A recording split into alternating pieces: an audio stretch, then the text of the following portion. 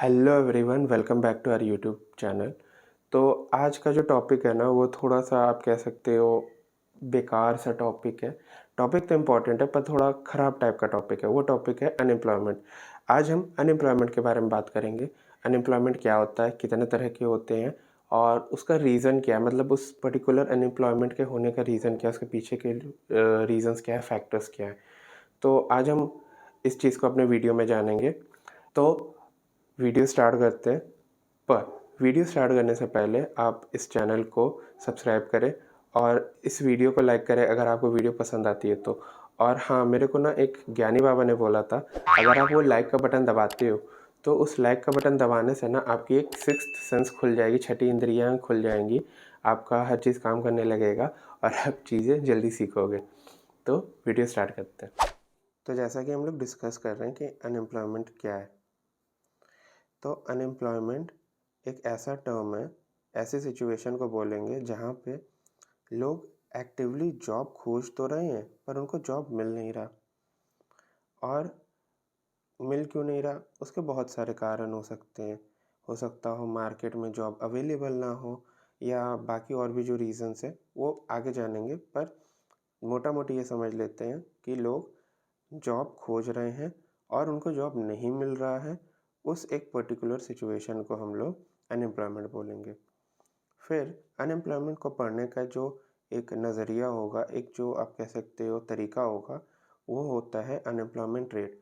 तो unemployment rate वो rate होता है जिससे हमें पता चलता है कि यार एक इकोनॉमी कह लो, या आप एक एरिया कह लो, एक जियोग्राफिकल एरिया कह लो, ठीक है, एक रीजन कह लो, वहाँ पे कितने लोग अनएम्प्लॉयड हैं।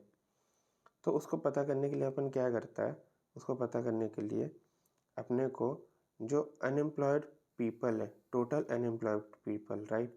तो यहाँ से हम लोगों ने अनएम्प्लॉयड पीपल निकाला और उनका टोटल किया, और डिवाइड करेंगे हम लोग किससे, number of people in labour force, मतलब कितने लोग टोटल लेबर फोर्स में काम कर सकते हैं, राइट। फिर अपने को कुछ ऐसा दिखेगा, लेट से 4 लोग थे जो कि काम नहीं कर पा रहे थे या उनको काम नहीं मिल रहा था।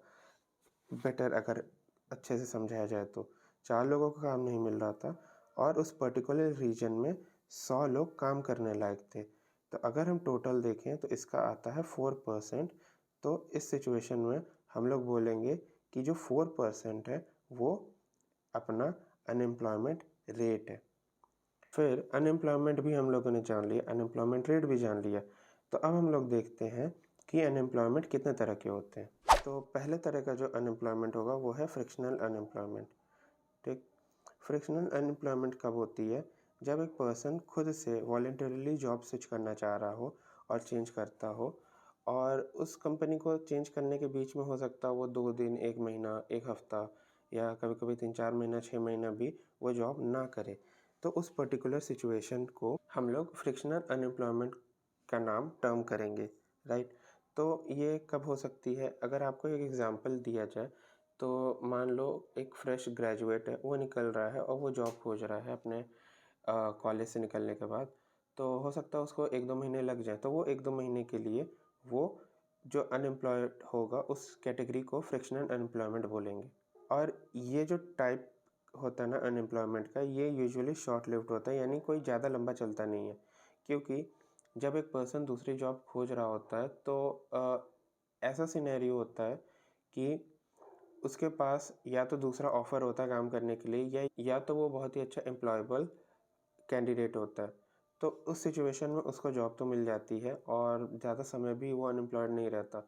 तो इस पर्टिकुलर सिचुएशन को हम लोग फ्रिक्शनल अनएम्प्लॉयमेंट बोलेंगे। फिर आप जैसे एक और तरह के साइक्लिकल डिमांड डिफिशिएंट अनएम्प्लॉयमेंट, ये जो टाइप है, इसमें ऐसा होता है कि इस तरह के जो अनएम्प्लॉयमेंट होते हैं ना, वो जो एक इकॉनमी में अप्स एंड डाउन्स होते रहते हैं, ठीक है, जो एक इकॉनमी चलती रहती है उसमें जो अप्स एंड डाउन्स आते हैं, जैसे आप मान लो कभी एक इकॉनमी बहुत ही तेज़ बूम कर रही है, फिर उसमें हो सकता हो कि रिसेशन आ जाए या डिप्रेशन आ जाए कुछ, ठीक है, या इकॉनमी स्लो डाउन हो जाए।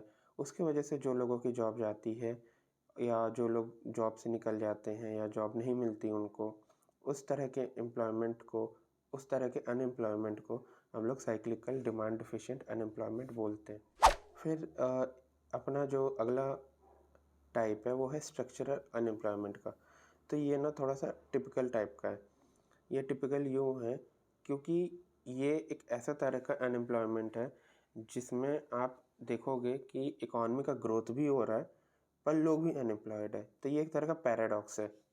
तो इसमें ऐसा होता है ना कि जो टेक्नोलॉजिकल चेंज होता है इंफ्रास्ट्रक्चर में, लेट्स से कोई एक कंपनी है, लेट्स से कोई एक कंट्री है, उस कंट्री में उन्होंने कोई एक ऐसा आविष्कार कर दिया जिससे आप कह सकते हो कि जो बसेस हैं, ठीक, वो बसेस ऑटोमेटिक चलेंगी।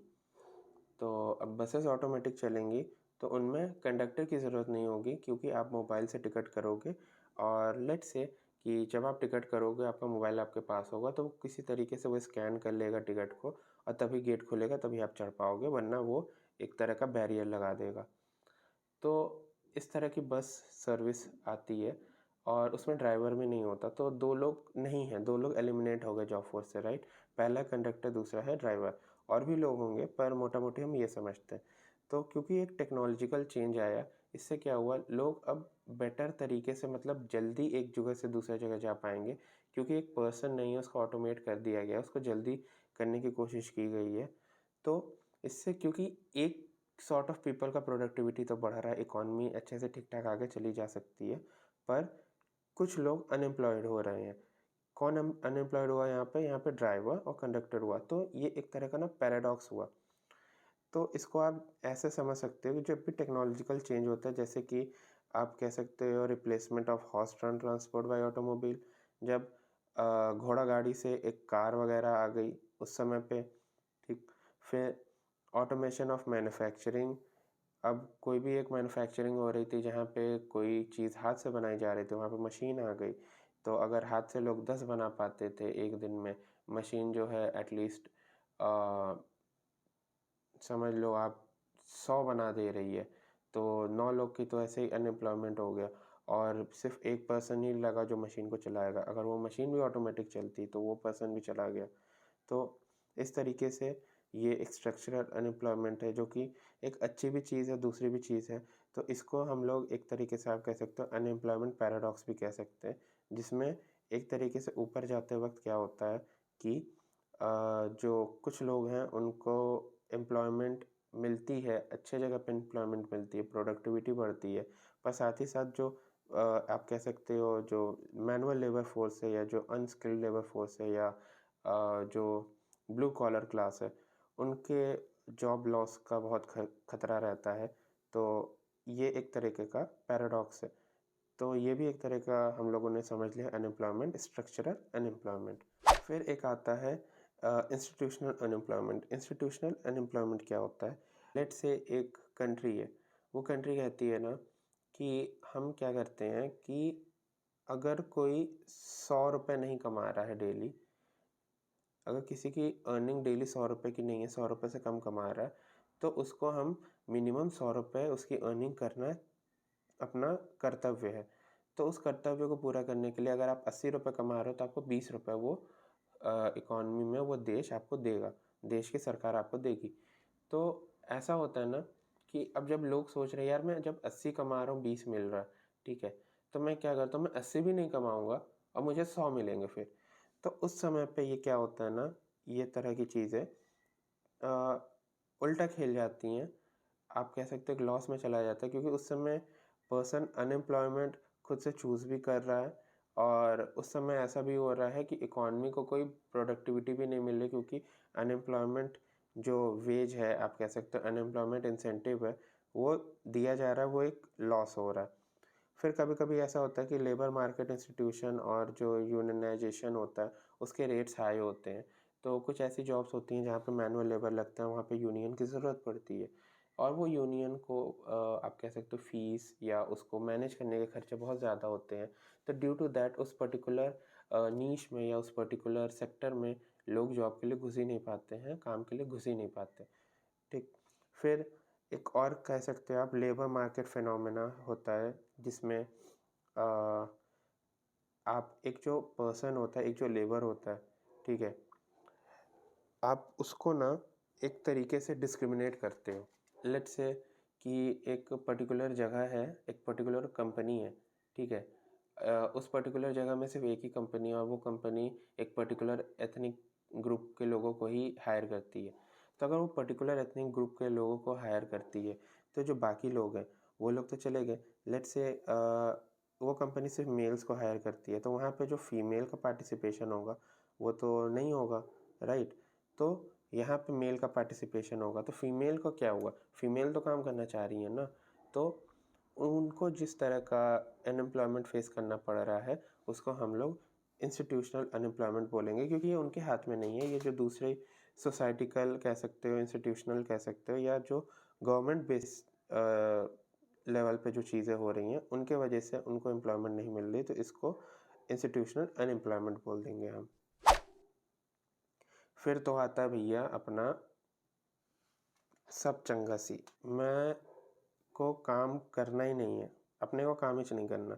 तो ये वॉलंटरी अनएम्प्लॉयमेंट कब होता है? ये तब होता है जब वर्कर डिसाइड कर लेता है कि उसको काम करना ही नहीं है, क्योंकि उसका जो पैसा मिल रहा है वो उसके वर्थ का नहीं है। लेट्स से अगर एक पर्सन है वो कहता है कि जो हम पैसा घर में लेके आते हैं मेरे कॉस्ट ऑफ लिविंग से कम है, तो मैं एक जॉब छोड़ दे रहा हूँ, मेरे को करके कोई फ़ायदा नहीं है। या कोई पर्सन कहता है कि यार मेरे तो हस्बैंड कमाते हैं, मेरे को कमाने की ज़रूरत नहीं है। या कोई पर्सन कहता है यार मेरी वाइफ कमाती है, मेरे डैडी कमाता है, मेरे को कमाने की ज़रूरत नहीं है। तो वो जब जॉब से निकल जा रहे हैं, जो क्योंकि वो एम्प्लॉयबल है और फिर भी वो जॉब से निकल रहे हैं, ठीक है, पार्टिसिपेशन नहीं दे रहे हैं वो, तो अब ये तो भाई उनकी इच्छा। तो इस तरह के अनएम्प्लॉयमेंट को वॉलंटरी अनएम्प्लॉयमेंट कहते हैं। तो जैसा कि हम लोगों ने सीखा अपने पीपीटी में कि कितने तरह के अनएम्प्लॉयमेंट होते हैं, अनएम्प्लॉयमेंट क्या होते हैं। अगर आपको कोई डाउट है, कोई क्वेश्चन है, ज़रूर कमेंट में लिखें, उसको हम आंसर करेंगे। और हम बाकी चीज़ें सिखाने के लिए मेहनत करते हैं, दूसरे वीडियो का कंटेंट लिखते बनाते हैं, तो उसके लिए टाइम लगेगा। तब तक आप कुछ और करिए। मिलते हैं आपसे अगली वीडियो में, तब तक के लिए बाय।